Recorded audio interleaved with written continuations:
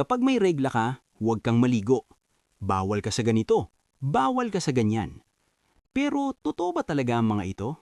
At bakit nga ba talaga nagkakaroon ng regla ang babae? Lumaki tayo sa sabi-sabi ng matatanda. Maraming nakagisnang na paniniwala. Minsan nakakatawa, minsan nakaka-stress. Ngunit ngayon, aalamin natin ang katotohanan. Hindi lang mula sa tao, kundi mula sa science at sa Diyos. Ayon sa science, ang regla ay natural na proseso ng katawan ng babae. Tinatawag itong menstrual cycle.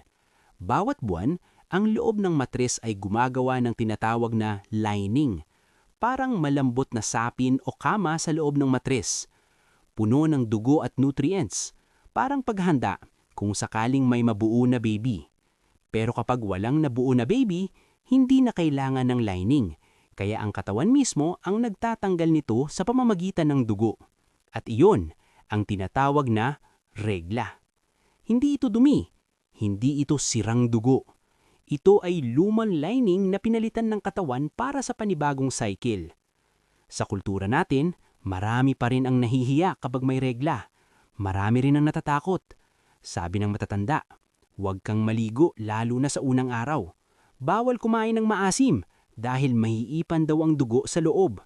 At kapag masungit o madaling mainis ang babae, sasabihin, may regla ka ata ngayon. At may isang paniniwala pa tungkol sa regla na halos lahat pinaniniwalaan. Mamaya, malalaman mo kung ano iyon. Abangan mo at siguradong matatawa ka. Sa science, normal lang na may pagbabago sa mood habang may regla. Dahil ito sa paggalaw ng hormone sa katawan, kaya minsan mas sensitive o madaling mairita ang babae. Hindi ito ugali, kundi natural na reaksyon ng katawan. Sa Biblia, sinabi, at kung ang babae ay may agas, siya ay mahihiwalay na 7 araw. Noong unang panahon, wala pang modernong kaalaman sa hygiene at bakterya, kaya ang kautosang ito ay para mapanatili ang kalinisan at maiwasan ng sakit sa komunidad. Hindi ito para sabihing madumi ang babae, kundi paraan ng pag-iingat sa panahong iyon.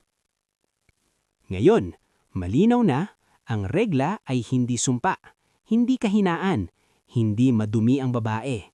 Ang nangyayari ay paglilinis at pagre-reset ng katawan para sa panibagong cycle. Ito ay bahagi ng disenyo ng katawan, paraan para maghanda ulit sa posibilidad ng buhay. Ang Diyos hindi gumagawa ng pagkakamali. Ang katawan ng babae ay hindi aksidente. Bawat buwan, naghahanda ito para sa posibilidad ng buhay. Isang miraglo ng disenyo. Ito ang patunay ng kanyang karunungan at kakayahan. Hindi dapat ikahiya, bagkus dapat maunawaan at pahalagahan. At ito na ang nakakatawang paniniwala na kapag may regla daw ang isang babae, bawal magpagupit ng buhok. Bakit daw? Sabi nila, baka raw humina ang katawan o may mangyaring hindi maganda. Nakakatawa pero nakakalungkot dahil marami pa rin ang naniniwala. Kaya ngayon, tatanungin kita, pagdating sa kalusugan, sino ang paniniwalaan mo? Yung nag-aral ng medisina o yung sabi-sabi lang ng kung sino? Kapag may sakit ka, saan ka pupunta? Sa doktor o sa mekaniko? Kaya kung ikaw man ay may regla ngayon at lumaki ka sa mga sabi-sabi na bawal kang maligo, bawal kumain ng ganito, bawal gawin ng ganyan, tandaan mo, hindi lahat ng pinaniniwalaan natin ay totoo. Mas piliin mong maniwala sa may basihan, hindi sa sabi-sabi lang at walang basihan. Kaya matuto tayong magtanong, mag-research at maging bukas ang isip. Dahil sa dulo, ang tunay na kaalaman, may basihan, hindi haka-haka.